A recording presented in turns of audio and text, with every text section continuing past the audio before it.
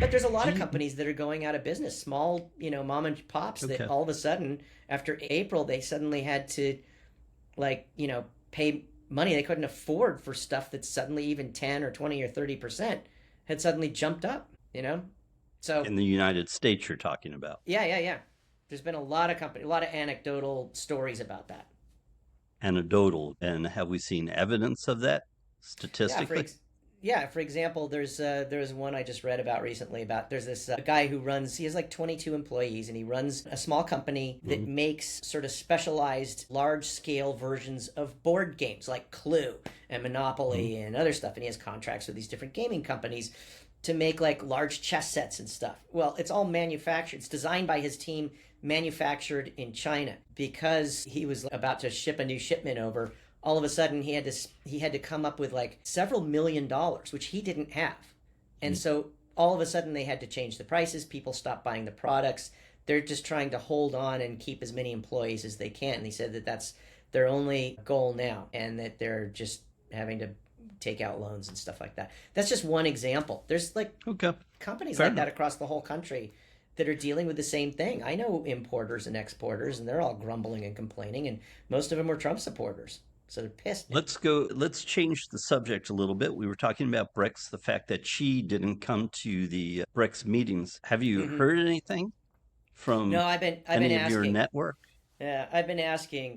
But you've seen the rumors and I've seen the stories now rumors. starting to circulate Yeah, on and more I've prominent news sites. yeah, but there's still like the New York Post and stuff. It's still like partisan. I haven't seen anything, for instance, I on saw the Economic Times run a story saying people were wondering where Xi yeah, is. I saw that one too. So I think it could be one of two things. I think one, sure, it's possible. So, the background is he hasn't been in the public eye very much lately. There's grumblings about or rumors about the possibility that there are people from the last administration in China that are sort of coming into the Politburo and just sort of, putting their hand on the scale a little Well, bit. there seem So to be these changes being made to the these military are leadership these are all rumors. and to the way There've been committees will work. been three generals that are loyalists to Xi Jinping. Mhm. So this isn't like the tigers and the flies thing. This is people he installed and all of a sudden now are missing or have been taken out over the last 3 years. One Mhm. most recently was one of his biggest loyalists. So these raise question marks. Now, here's one thing that you maybe don't know. It appeared yesterday in the PLA, the People's Liberation Army, which is their military. It Yeah, appeared I in don't a subscribe to periodical, that nor do anymore. I, but it appeared in China in their period in their own newspaper, basically, that stated an opinion that ran counter to the Politburo or Xi Jinping's opinion about what the military should be used for in some specific circumstances. That is a rarity. You never see that happen. They never Mhm. go against policy, Yeah, and part of that is I, because a lot of people don't know, but the PLA, so their army, navy, and all of their armed forces, they don't answer to the people. They don't answer to the country of China. They answer specifically to the Communist Party. And the chairman of the Communist Party, who in this case is Xi Jinping, effectively runs the military. So if they're saying anything against what his policy is, that's a red flag, or at least that's something that we correct. might be able to say, okay, that's Yeah, weird and over there's there, right? these are the things that have been pointed Yeah. out over the last month that It could people are also be a talking health about. issue for all we know. It could be that he's Well, just like laying low because he's like resting or something. I don't know. all I right, have no so idea. we'll see. We'll see. Yeah. There's something interesting. I'm not comparing the Politburo to the MIT Sloan School of Management, but MIT had a study about 10, 12, maybe it was 15 years ago, I don't know. Someone who went to Sloan School and knows where the paper is can point that out. There's a study that shows that in boards, directorships, when there are votes, that when there are unanimous votes done by the people making a business decision, Hmm. those decisions typically go much worse compared to when there's one or two dissenting votes in the committee and the issue gets discussed. They've showed statistically Hmm. that actually having one or two voices of dissent doesn't mean that you have fistfights, but that you actually talk out an issue. You have different perspectives that are noted. You think about competition, considering that. You consider things like confirmation bias. You consider overconfidence in your ability to actually produce your game plan. That when you have these discussions and you have to actually go through sort of an acid test, things run much more effectively. And I wonder if the Politburo has actually read those papers. I'm guessing they haven't. And you know who else hasn't read those papers is possibly the Trump administration. And I've seen that at different places I've worked at. Well, that is There's true. That also is true. too It's a many miracle chefs in the any. kitchen theory, Yeah, also. yeah. It's a Yeah. miracle any movie gets made, to tell you the truth. I sold a bunch of them. Good luck getting them made. But the other problem is that you can do a similar comparison to a strong armed director or producer. The good producers that know what they're doing, they'll be a general on the ground and they know exactly what they want. And if their tastes are good and they're effective at it, then it's very effective. Everybody says yes, yes, yes.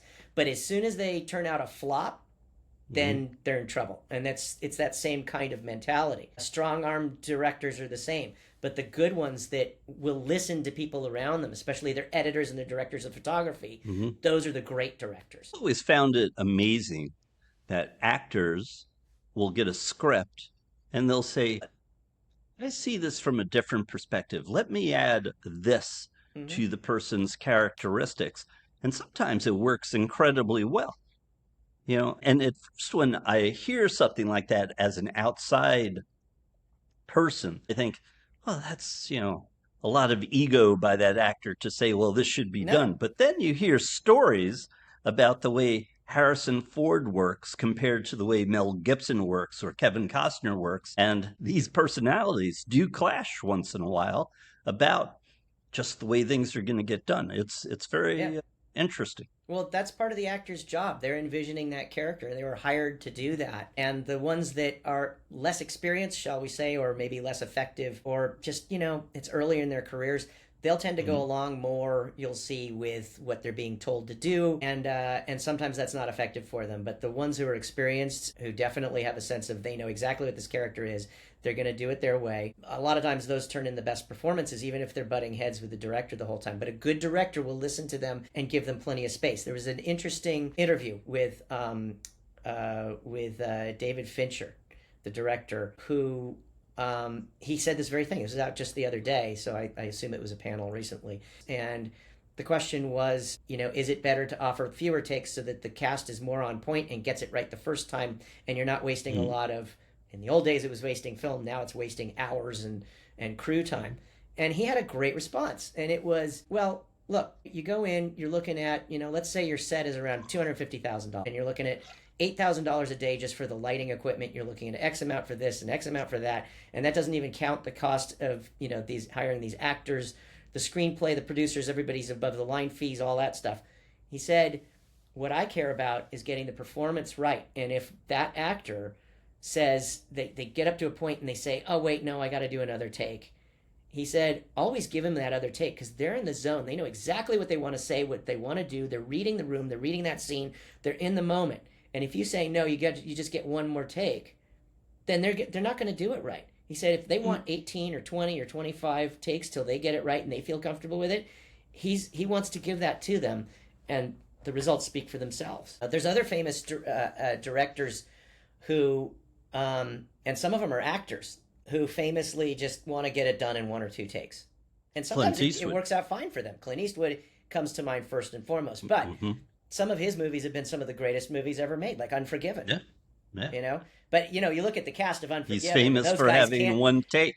Right, he is. But the cast of Unforgiven are some of the best actors working at the time. You had Gene Hackman. You had Morgan Freeman. That's Morgan Freeman. So these are some of the greatest Richard Harris. Working. Oh, Richard Harris. Yeah, you're right. Yeah.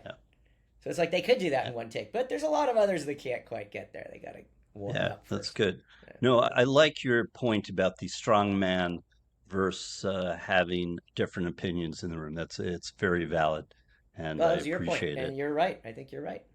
I think that it's going to be interesting to see what happens with the tariffs over the next couple of weeks. I think of Trump as now being in a situation, being alluded to as the boy who cried wolf, basically. Right. Yeah.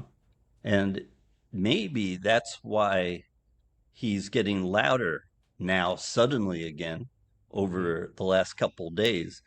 And he's got, 2 weeks left before basically the next deadline comes up. We'll see if he pushes it He's forward. he's saying now that because he promised 90 deals in 90 days, remember? And that the 90th day was going to be, I guess, July 9th, 2 days ago, Hmm. or 3 days ago. It's proven much Now he's harder. I saying mean, they now he's saying it's August 1st. So we'll see if he sort of moves the deadline again. But you can only do the, like you said, it's a boy who cried wolf. You can only do this so much before people stop taking you seriously. And he wants people to take him seriously probably more than just about anything else. Did you see that? So now he's saying he sent out letters, and that's the same as a deal. That's what he said the other day. When his government is doing something that doesn't look completely above board and professional, it's hard for these countries to take them seriously. It's just statecraft, right? I think one of the big points and takeaways from this is trying to get too much done in too short a period. I Maybe, mean, how maybe do that's you all it is. how do you create 90 agreements 90 days? How do you Yeah, cross all the T's, dot all the I's yeah, with exactly. nations that have Right. massive bureaucracies and have to have things be passed in Yep. their own legislative bodies? Right. That's Good point. impossible. I Yeah. mean, let's say even if Brazil wants to negotiate with Trump, Lula da Silva and his Socialist Party wake up one morning and say, you know what? Let's get things done with Trump. He still has to take it to the legislator. Exactly. Yeah. Ramaphosa in South Africa is going to have problems too. He's in charge of the ANC. He has a coalition government. He might want to get some things done. These are people that I'm not big fans of, by the way. I'm not making excuses for them.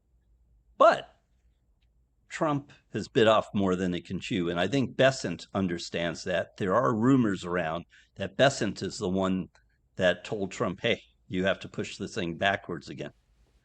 I could see I don't that. know. Yeah, I don't know he what's going knows to his happen. stuff. Yeah. All right. Well, Let's we'll see.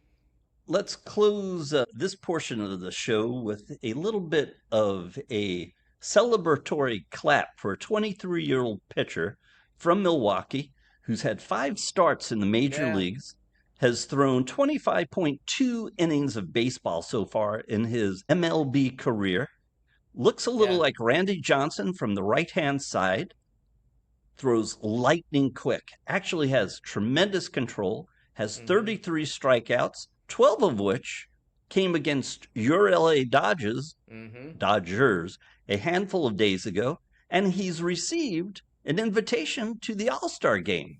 Yeah. Unbelievably. Yeah. It's Now, amazing. And he's 20. He's but like 23. yeah, yeah, and he's a rookie.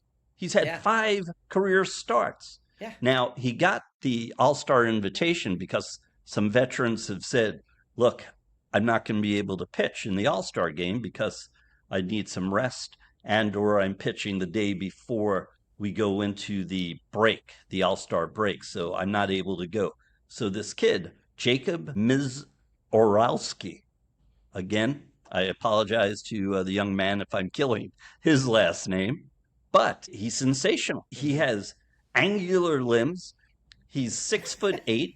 He steps when coming off the mound. Seriously, here, he looks like he's arms and legs. And basically, he's so tall that when he strides into home plate to throw the ball, he's very close to home plate. And he's throwing 101, 102 miles per hour. Mm-hmm. Hitters don't know what to do. Yeah. Otani hit a home run off of him, a leadoff home run to Yeah. start the game with the Dodgers a handful of days ago, but that was it. Yeah. Mizorowski basically shut them down after that, including Otani. Yeah.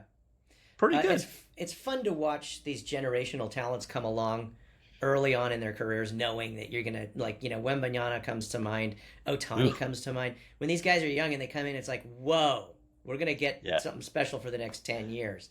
That's you, fun. you have you have to hope because he's a pitcher that he stays Yeah. healthy. I Right. mean Sure. that's all part of it.